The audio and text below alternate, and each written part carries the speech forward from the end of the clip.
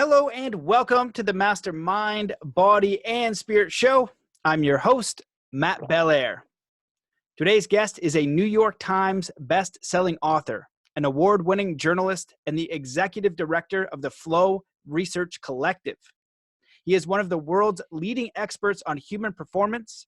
He's the author of 11 books, including The Future is Faster Than You Think, Stealing Fire, Bold, Abundance, and the Rise of Superman.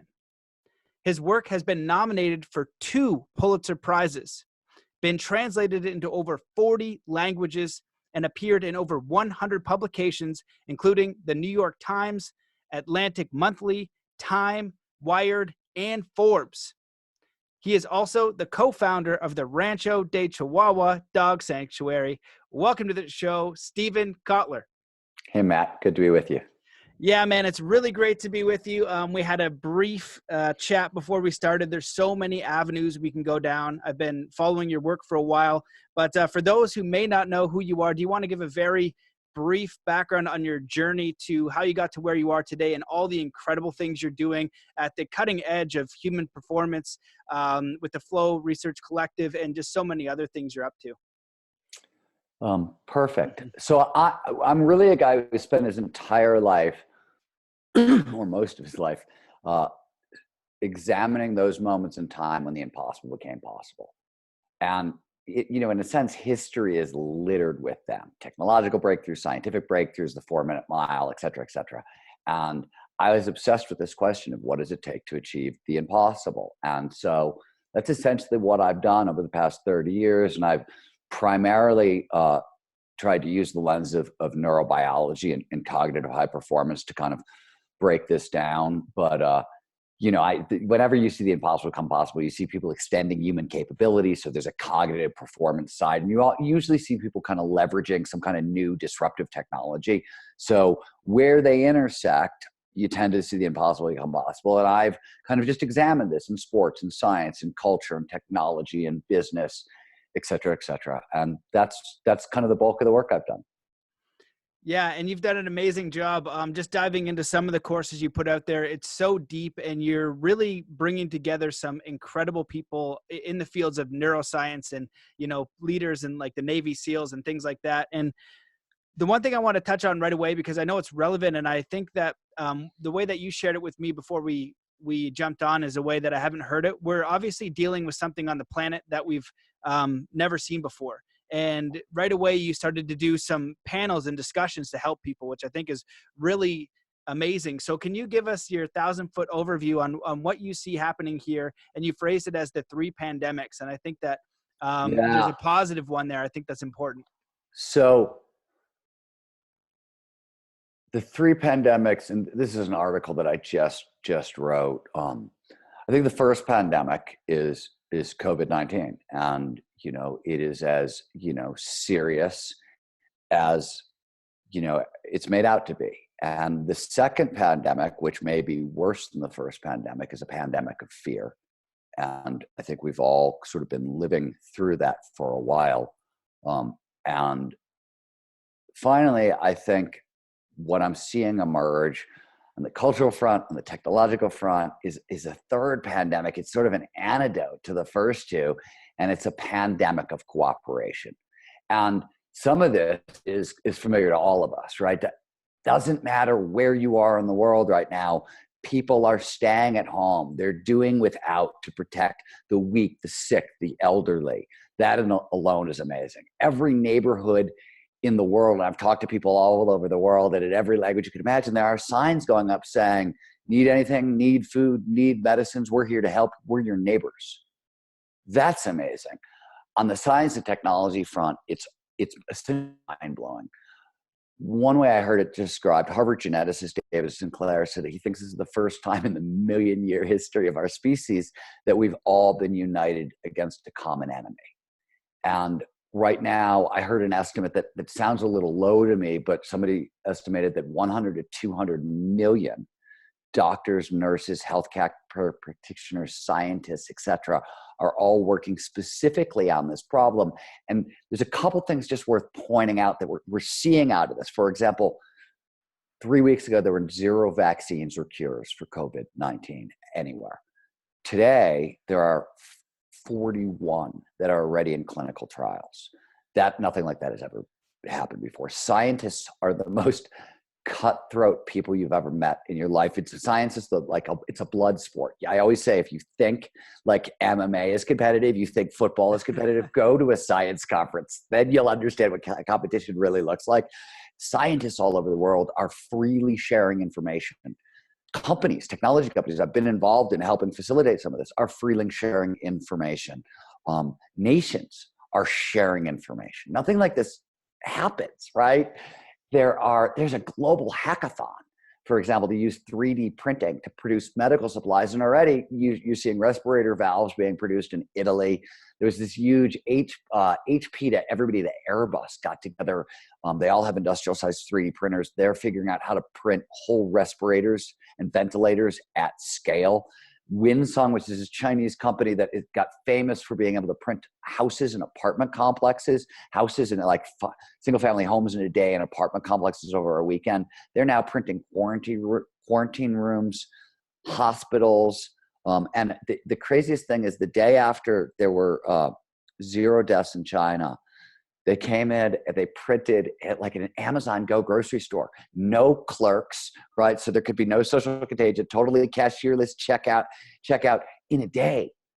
They printed, stocked, and opened a cashierless grocery store in a day, which is astounding. So we're seeing really cool, amazing kind of scientific and technological and human cooperation emerge out of this at a level and a scale that we've not seen before. And this is not to mitigate kind of the horror, the suffering, or but it is neurobiologically, by the way, oxytocin and endorphins, which are what you sort of get from that kind of cooperation, is a really good antidote to cortisol and norepinephrine, which is what you get for fear. They're stronger. There's mostly a stronger reaction and can override it. So it's a potent and effective neurobiologically response. That's amazing. And I love your examples. I hadn't heard about the Harvard geneticists. I've been interviewing 2 Native American elders. They're both scientists and engineers. And Clifford Mahooty, he worked in the government for 40 years. And what they've been talking about is this cooperation. And I'm curious, the humanity united as one is a beautiful idea. And I'm wondering, you've done individual peak performance. You've also done research on group flow. And I'm wondering what you could see as a beautiful possibility coming out of this from your research in flow and group flow. And what if the whole planet, I like to use the example of Team Earth. What if Team China, Team Russia, Team Canada, USA did continue to share, and we worked on these other issues that we face as a civilization and really use it as an opportunity to do something special? It's a great question. And in a sense, Peter Diamandis, who I co-wrote Bold and Abundance with, and I sort of answered this question in both a little bit in abundance and really in bold, I think. And I'll give you that answer in a second. For your listeners, for anybody who doesn't know, when we're talking about flow, we're talking about an optimal state of consciousness where we feel our best and we perform our best. It's those moments of kind of rapt attention. We're so focused on the task at hand that everything else vanishes and all aspects of performance go through the roof. Being in the zone, runner's high, those are all synonyms for flow. We can go into more detail later. So that's what we're talking about flow-wise. And the important thing to know is when we talk about flow as optimal performance, it's a huge optimization. And we can talk about the science behind this and all the studies these numbers come from. But for example, motivation, productivity can spike up to 500%. Innovation, creativity, depending on whose numbers you're looking at, 400 to 700%. Massive spikes in meaning, purpose, well-being, accelerated learning rates, cooperation, collaboration, as you mentioned. There's a group flow side of this. So there's team flow, right? Fourth quarter comeback in football. That's usually team flow. There's interpersonal flow, me and you getting so lost in a conversation that we don't notice time passing, right? And then there's communitas, which is group flow at a huge scale. Like you go to a rock concert and get, merge with the audience and become kind of one with the band and the music, right? So group flow can exist on a lot of different scales. So that's what we're talking about. And the answer to your question, and we said this, so Abundance was a book about small teams and individuals who are harnessing accelerating technology, 3D printing like we were just talking about, or AI, robotics, nanotechnology, biotechnology, et cetera, to go after grand global challenges, the exact thing you're talking about: climate change, poverty, healthcare shortages, education problems, those sorts of things. And what was relevant is that 10, 20 years ago, those kinds of challenges, the only people who ever went for them were big governments and large corporations. So what we noticed in Abundance is, holy crap, individuals can now use technology to go after, and in certain cases, really solve these problems. The rapid, massive spread of solar is a great example. That was totally bottom up, done by the people, not really much promoted by the government, et cetera. So in Bold, we extended that because so many people were interested in this possibility. And we sort of said, look, we're not making a techno-utopian argument. We don't think technology alone solves the world's problems. That's ridiculous. What we do think is that we have the technology to solve these problems. And we're seeing this with COVID-19 in a really clear way. This is the very first time an exponential problem, that's what a virus is, right? It grows exponentially, is being met with exponential solutions. That's never happened before in history. And what's interesting about exponential solutions, in just the same way that the virus doubles and gets big very fast, same thing with exponential technologies. So it's a little, I like our chances is what I'm saying. But what we said in Abundance and Bold, and then in the future is faster than you think, is look, if we're going to tackle these challenges, it's not just the technology, it's everybody on the planet working together at a level of cooperation we've never seen before, and in peaks, accelerated states like flow, to get the job done. And the main reason is, whether it's COVID-19, climate change, species die-off, or any other number of challenges that I can list, we're kind of in a race against time. And Peter's point, my point, has always been, it's kind of abundance or bust. Either we get our shit together and do this, or something is gonna kind of solve the problem for us. Mother Nature has a way of dealing with overpopulation and things along those lines, as we're living through right now. Amazing, beautiful answer. And I know one of your passions and watching you speak is your ranch with your chihuahuas, which I think is amazing. I would love to visit it one day. And it's just one way to tackle a problem. And in interviewing the elders, they used to say they remember a time where technology and spirituality were one. And so it seems like as a species, we've moved forward and we've had these great technological breakthroughs, but we didn't look at the impact they were making. We weren't being mindful of the planet. We weren't being mindful of other forms of life. We were just kind of growing at an accelerated rate. And now we can kind of take a step back and look at things from a broader perspective. And so in doing one of your courses, I really loved when you put it as one of the assignments and saying, hey, write down 10 to 15 challenges you see in the world you would love solved. And even to just start thinking about these things is a massive thing. And then showing people that there's an opportunity if we work together to make these changes. And I think that's a lot of what your work does. It says, hey, these problems are not so big anymore that they're impossible, that we need to give it to some sort of institution or corporation to solve it for us, that we as a collective have the power to make massive global change here. And I think that idea in itself is so important. And I'm curious, it's kind of like the same question, but have you seen any examples of this where people are making really great steps forward in promoting things like peace or climate change or environmental or even just group collaborations? Yeah, I mean, all over the place. And so I help out another company called Planet Home, where we bring together the huge events, technologists and environmentalists and business leaders and government leaders to really get all the stakeholders and surround the problem. And we feature, where there's a village where we feature 100 companies that are all doing kind of world changing stuff. And these range from my favorite stuff. So my buddy Lauren Fletcher founded a company called Biocarbon Engineering. It's tree planting drones. if you're an awesome tree planter, you can go out and plant 2,000 trees a day. That's about what you can do. Now, as a whole, the world loses about 15 billion trees a year. So it's a massive amount. So reforestation scale is one of the only possible ways we can actually, first of all, fight climate change and species die-off. This tree planting drone fires seed pod missiles into the ground, right? And inside a little gelatinous substance is a seed pod, right? So they cushion the thing, and it's a growth medium.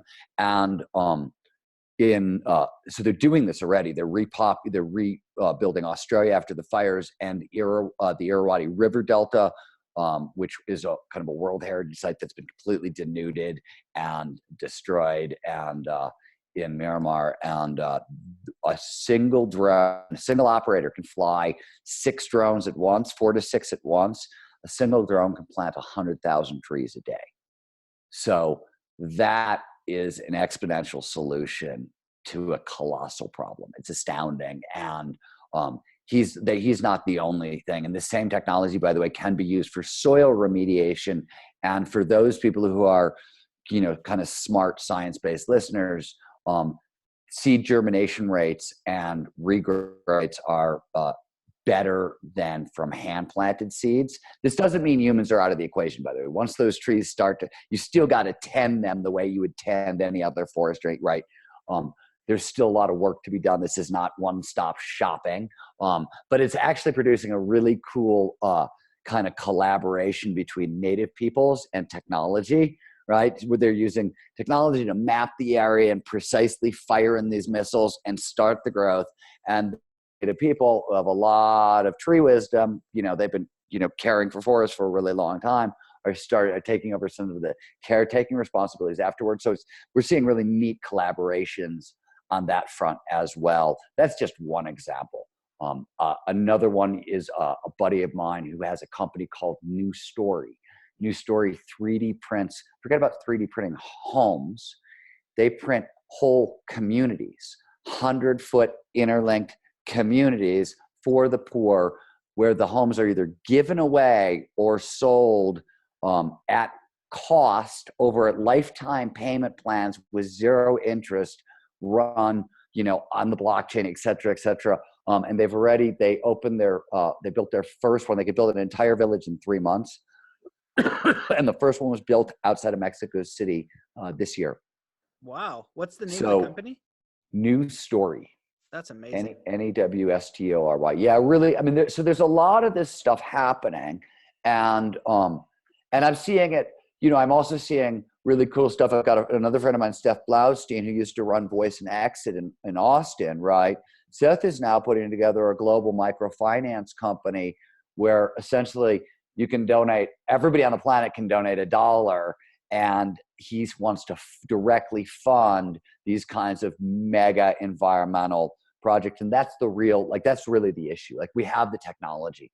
It's funding it, finding ways to do it at kind of a global scale or a nationwide scale. Like, I'll give you another example. Ramez Nam, who's the head of energy at Singularity University, and says that with existing renewables in the US, if we could link them in a nationwide grid, we could meet 80% of our energy needs right now. So it's not just the technology, it's the ability to work together at scales that we're not quite used to doing this, which is why we need, great systems thinkers at this point too. Wow, those are really amazing examples. And so I guess I'm curious with you, because you've done presentations for Google and really massive corporations, and looking at culture at large, it seems like it's profit centered mostly. And if we're going to look at things on a planetary scale, let's say we're going to go to the UN, or you're going to say, hey, this oil company, we got to do free energy, but you have $1 trillion business, or other people making, ungodly amounts of money and saying, we have this new system where you're not going to be necessary anymore. have you seen any major challenges in getting people to cooperate, and some advice to look at new systems? Kind of like, I don't know if it was you who wrote about this or someone else's, the Kodak story, where Yeah, Kodak didn't want to go to digital, that was right? And so me. I that's would kind of open what I cold. see about the energy. It's like, you know what? I'm this old family money of just, and we have so much. How can I allow this new system to come in? Because if we're looking at peace and planetary change, these are going to, require new ways of thinking for us to come together and leave these old problems, these old systems behind for new and improved ones. So, you are absolutely right on a lot of that. So where I pause a little bit is, I have always argued that business has to be a force for good. I don't, I agree with Winston Churchill when he talked about, capitalism and democracy as, the worst form of government except for all the others. Right? Like I don't, you know what I mean? Like it's a weird, there's something amazing about the system because it allows so many people to bootstrap their way up. And there's something awful about the system because it seems to step on so many people along the way. So it's doing exactly what it was designed to do, but at a cost we're uncomfortable with. I think when it comes to the stuff you're talking about, I think I'm seeing business really change. And I will say this, I mean, it's one of the most profound changes I've seen in my life, is when I got out of high school as a punk rocker with a mohawk, which tells you how old I am. If you went into a boardroom, for example, and tried to talk about purpose, creativity for that matter, like you would get laughed out of the room. And today, I sit with CEOs of major companies all the time, and they talk about passion and purpose and social good and social justice. I mean, and it's, from a historical perspective, as as an old weird punk rocker, I'm just like, oh my God, like what the hell happened? And it's funny because I actually have some understanding of what happened and where that change came from, and and it's interesting. Totally besides the point. So I'm seeing more and more people get it, and the younger generation coming up absolutely gets it. Absolutely gets it. So I think we're gonna get massive changes in the next decade, as we pointed out. In future is faster than you think. Every industry on earth, we go through the 11 biggest industries in the world, is going to completely change. Very little is going to stay the same over this next decade. And that there's tremendous opportunity. There's all kinds of new business models coming in. One example is closed loop models, right? Where we're seeing zero to zero manufacturing, and major multinationals are doing this. Procter and Gamble, they're closing loops because it's so much cheaper. It's better for the planet. It's cheaper. I would like to see externalities, quote unquote, right? Ecosystem services that everybody gets for free and never pays for. I'd like to find a way, and this is controversial, right? Because environmentalists, especially those more spiritually inclined, don't want to put a price tag anywhere near nature. And totally understandable, right? Totally understand why you feel that way. But if we can do that, it's very smart, good, green thinkers have worked on this, right? And I've been involved in some of that work in times of like, how do you price externalities and how do you figure out how much something really actually costs when you're also damaging the environment and you're factoring that in? That I'd like to see. I'd like to see more of that. A carbon tax is another example of that kind of thing.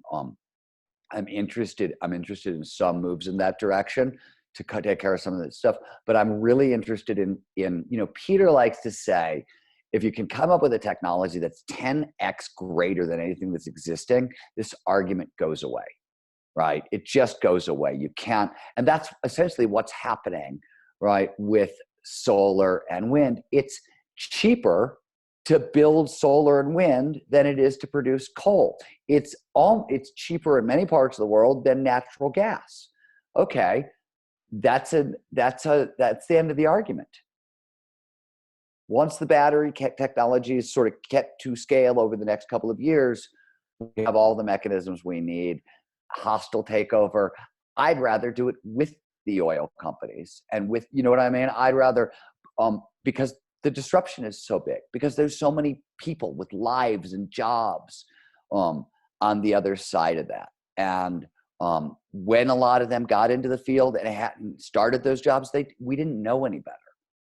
I've been a reporter covering the front of the environmental movement since the early 1990s. And it's shocking. The guy who broke the global warming story, he was a Boston Globe reporter, literally had to write the same story almost twice a week for a decade until anybody paid attention. So to go from there to, oh my God, we're all having this conversation. I'm excited by the progress. I still think we're in a race against time. And if we don't figure it out, yeah, we're all going to die. But, the optimist part of you. I'm a total optimist. I think we can get it done. But if the researchers out of Stanford, who I totally respect, have basically done calculations on how long until we pass the tipping point in ecosystem services, all the stuff the planet does for free for us, pollination services, production, disease prevention, one example, right? When you raise down forests and humans and animals come together, you get COVID-19. That's exactly right. This is an environmental problem, is essentially what we're facing. My wife likes to say this happens because you shouldn't be mean to animals. And she's not entirely wrong, right? About this. So anyways, that's a lot on technology and that stuff, but you be passionate about it, as you can tell. Yeah, they're really great points. And it's really, I didn't know you had the background in the environmental part. And so I think, there's a lot of different ways we can go about this, but I'd love to pick your brain specifically because of that background. If we're moving toward, if we're going to consider the environment, we're considering these things we're facing as a society, are there anything that you've learned, because we're using the government right now and big corporations to implement changes. Is there any advice that you'd have for big corporations or governments to be able to work together more synergistically, whether within the same system or within systems of other countries? So here's how I look at it, okay? Let me give you a simple example. My big dog in this fight, pardon the expression, is biodiversity. I always fight for the underdog, and plants, animals, and ecosystems are the ultimate underdog.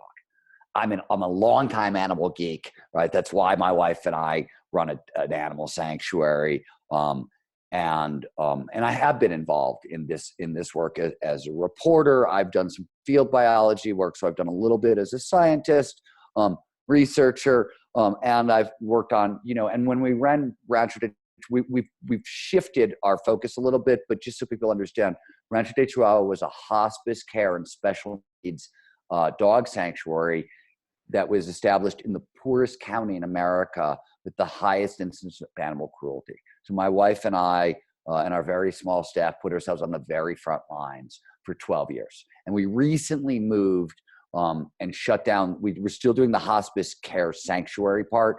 The rescue stuff we've shut down mostly because we want to figure out how to do it at a bigger scale, at a national level. And we moved out of New Mexico because the infrastructure there is so broken.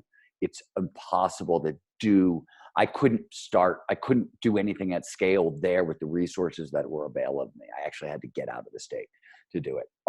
It's really hard to, when you're in dire poverty, living in that kind of poverty, it's really hard to affect some of the change because you can't get some of the stuff you just need to do the work you need to do. So that is shut down, but that's what I mean when I talk about being on the front lines of it. Animals are what I care about. And if you care about animals, what you really care about is what you have to care about is a transition from into vertical farming and cultured beef. And the reason is, we've known since the 60s, if you want to save animals, the very best thing you could do is take land away from people and give it back to plants and animals. That's just quite simply, right? They talk about it as mega linkages. They talk about linking Yellowstone, one contiguous national park. This is known as, by the way, also the best, still the remaining best solution to prepare for global warming, to preserve species. And it's not even a weird idea. The Defense Department has been building migration corridors and mini mega linkages since the 1990s because they discovered it was easier. Like if they need to bomb an area, right, and there's a spotted owl there that they can't bomb without pissing off the environmentalists, they can go to war with the environmental front, or they could literally just massively extend the spotted owl's territory so it's no longer a problem if they bomb this part. And that's what they started doing back in the 1990s. And so this is nothing I'm saying is particularly controversial or very weird, right? It's pretty well-established science, and government's been involved in it. Individuals have been involved in it. You're seeing billionaires who are buying up huge tracts of land. When Doug Tompkins went down to Chile and bought up half, like a chunk of the country, it was to establish a mega link. It's a giant national park for plants and animals. So again, lots of people cooperating on this. But if we can transition to cultured beef, 30% of our land globally is for herding animals, right? Sheep, cattle. Cattle are basically the worst thing we could do for the planet, right? The ratio of energy in to beef out is 64-1. There's enough water in an adult male steer to float a U.S. Navy destroyer, right? Cattle are a problem. Yet,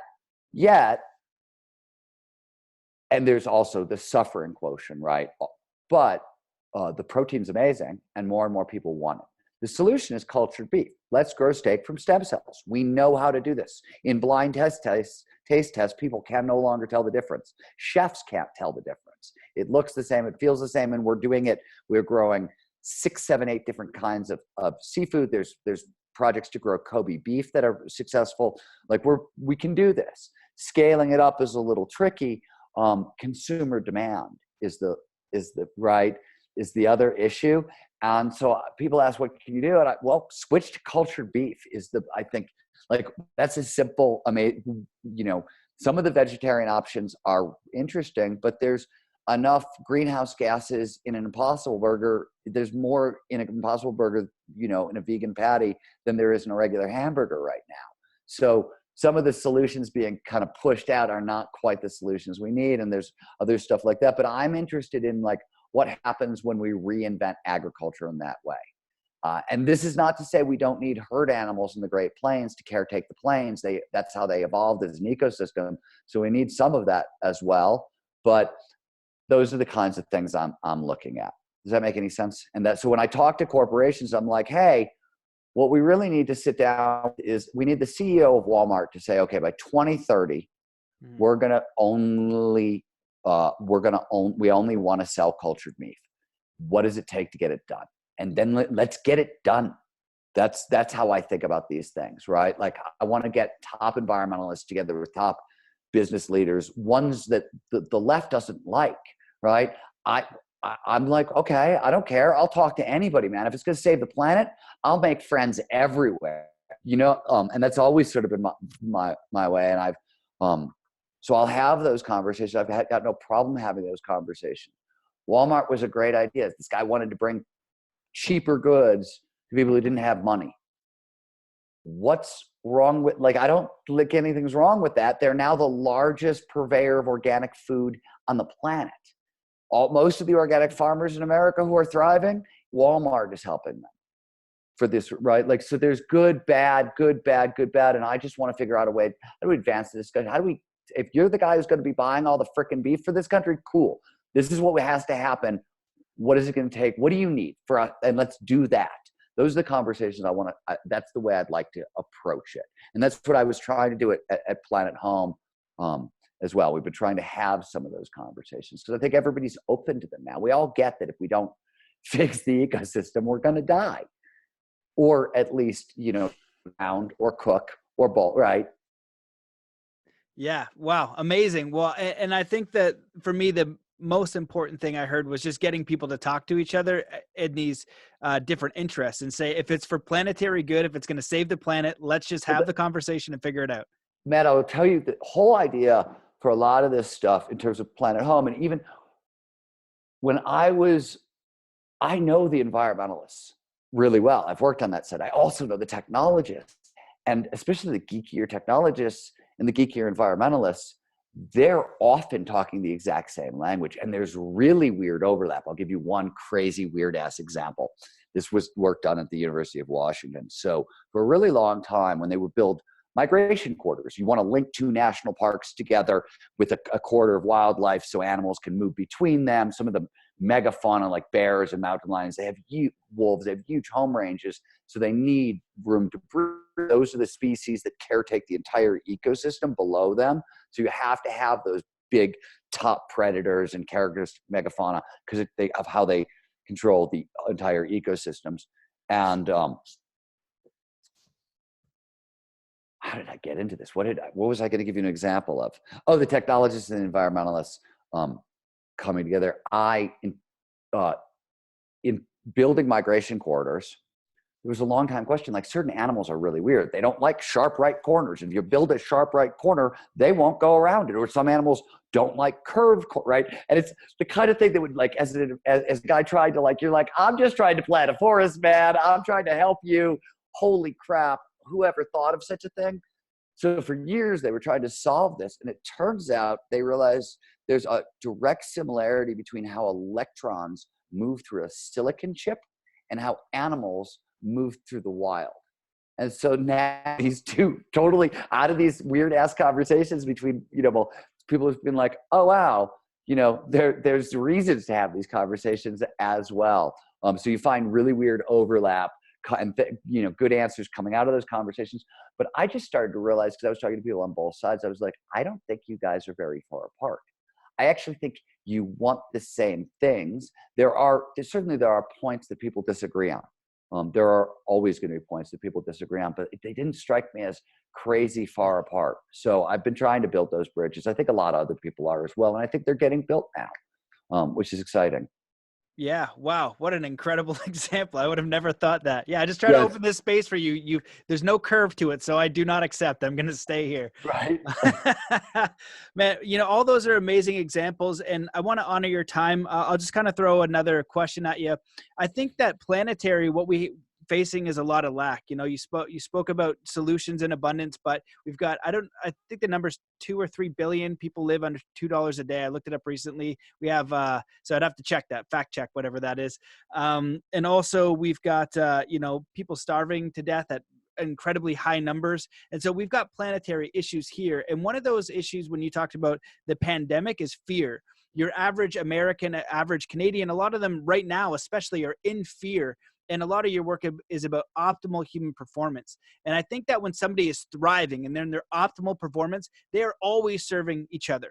And I think that a lot of people don't get those opportunities or the education. And so I'm wondering if you could speak really quickly on maybe what you would offer the education system, or just an individual listening to this, to deal a little bit with the fear and uncertainty and start to make steps towards, their passions, their curiosities, their own optimization. Because I know in my work from the podcast and doing all this research, when somebody connects to the thing that really lights them up, always 100% of the time it's of serving other people. And a really just rudimentary example is that, when I grew up doing martial arts, if somebody's going to fight me as an adult, there's something wrong with that individual. They're not having a good day. There's something wrong with them. But if they're really positive and uplifting and helpful, they probably got everything kind of their life on track. And I think that's what we need as a humanity, is to get people out of this survival mode and this fear into this more spirit of cooperation and expansion.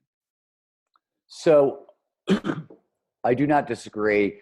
And science doesn't disagree with you. And let me explain what I mean.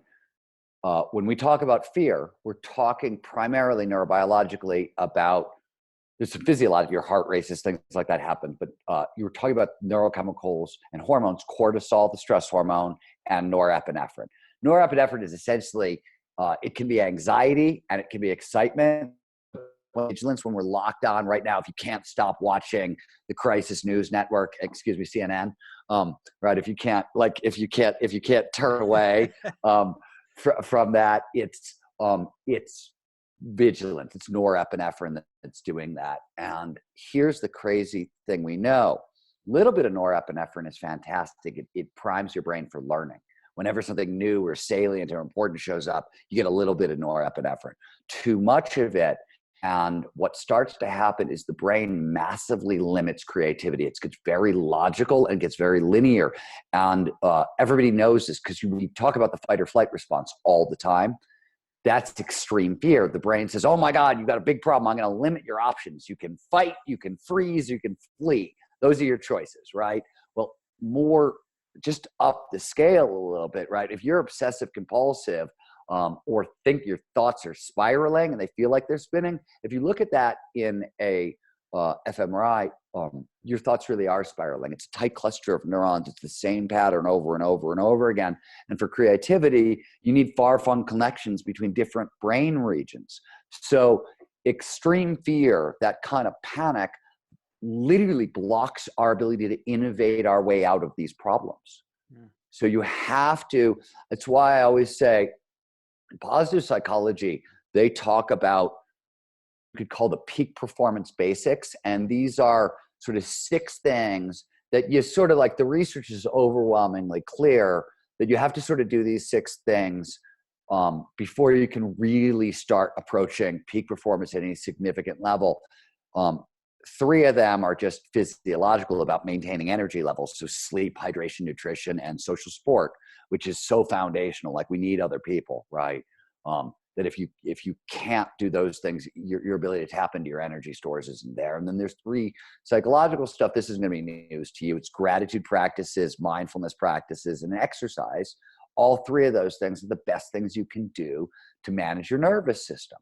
And you have to do that. And, normally, what I always say with like sleep, hydration, nutrition, and social support, normally I tell people we work with, and whether this is like Navy SEALs or CEOs of the general public, you can fuck up on 1 of those a day. Under normal conditions, maybe you didn't get enough sleep, but if you're on top of your hydration, nutrition, and there's a good network of people around you kind of feeding you love a little bit, you got it, right?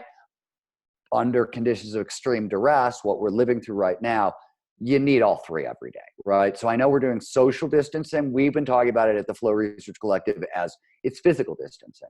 You don't want to be doing social distancing at this point at all. That will fuck you up, right? Now is the time to reach out and touch someone, long distance.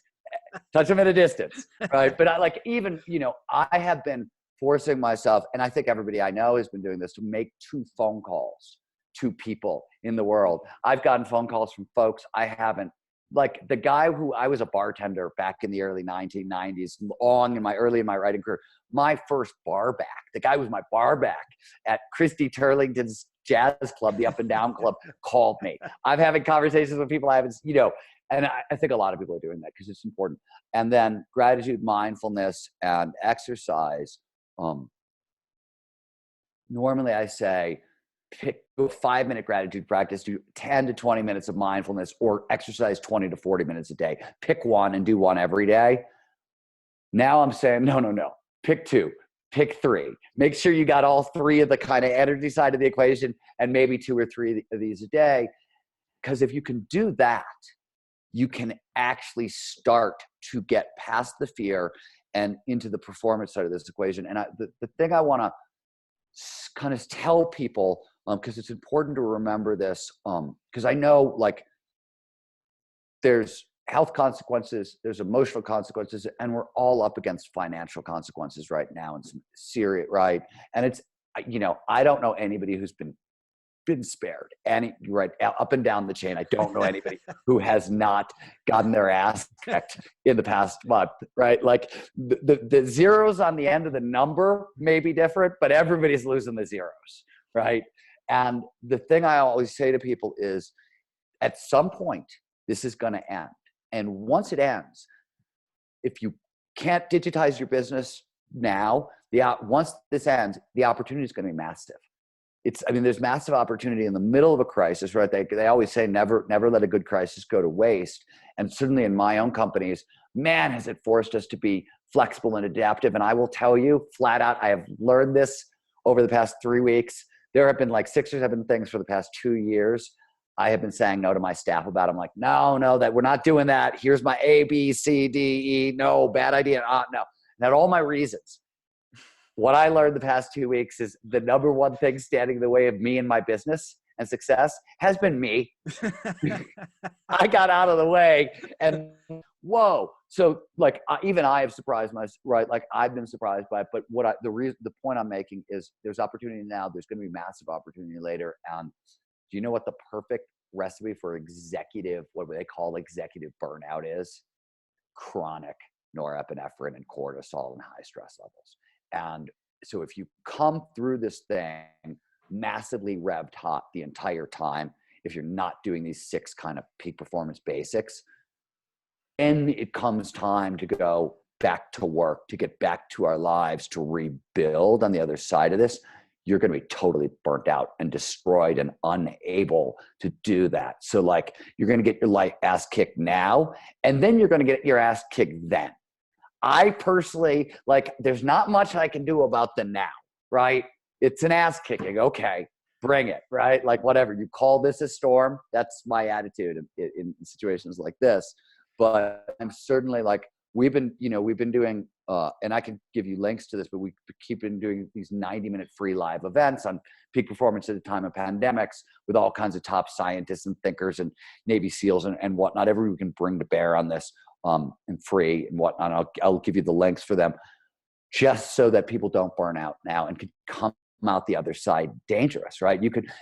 There is no better, and we know this, this is kind of psychology 101 for a lot of neurobiological reasons.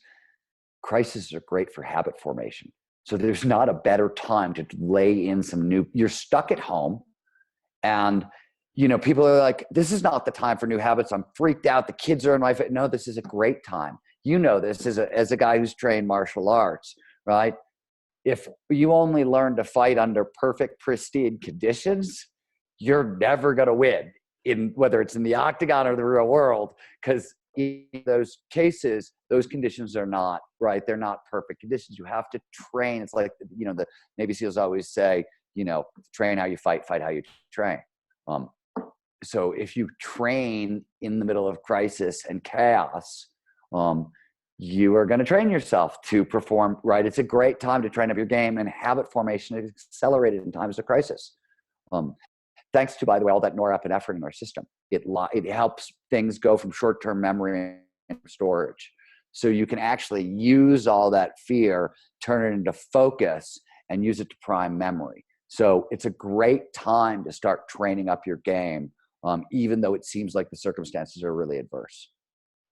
Amazing. Yeah, I absolutely agree. And so many times you talk to people and it was the challenge that gave them the transformation. It was this catalyst, and we're all facing a catalyst in one way. And I like how you said, nobody's gotten out of this, somebody's getting kicked in some capacity. Thank you so much for your time. I really appreciate all this. I think it's so helpful and a really empowering perspective. And can you just let people know where they can find more about you? You have amazing courses on your website. I thank you and honor you for doing those calls with those amazing people to give people perspective. So where people can find those would be good. Yeah, a couple of resources for anybody listening. If you go to zerotodangerous.com is my standard. That's our main peak performance training. But anybody who wants to can just sign up and register for a free peak performance consult with somebody on my team. If you go to flowresearchcollective.com/flow blocker, there's a free diagnostic there. It'll look over your life and say, hey, this is the thing that's standing between you and more flow. So those are resources. If you want to know more about me or stuff on the science and technology side, etc., StephenKotler.com is how you find me. So flowresearchcollective.com is the company, /flow blocker is the diagnostic, zerotodangerous.com if you want free peak performance advice, and StephenKotler.com if you're not at this point sick of listening to me prattle. Amazing. And now what about those conversations you're hosting? Oh, I can, why don't I send you the links?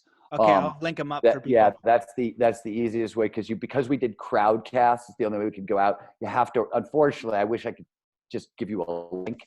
You have to register to view them, and I apologize. I don't everybody. My brother runs teams at Microsoft, and the big question that everybody's trying to solve right now is how do we network at scale with millions of people and everybody involved without having to jump through hoops? And I have yet to find a solution, but I know smarter people are working on it because they're in my family and I'm biased.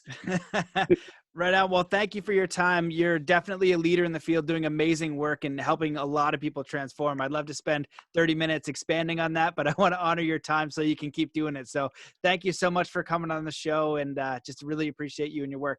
Matthew, I appreciate it. Appreciate what you do. Thanks for having me.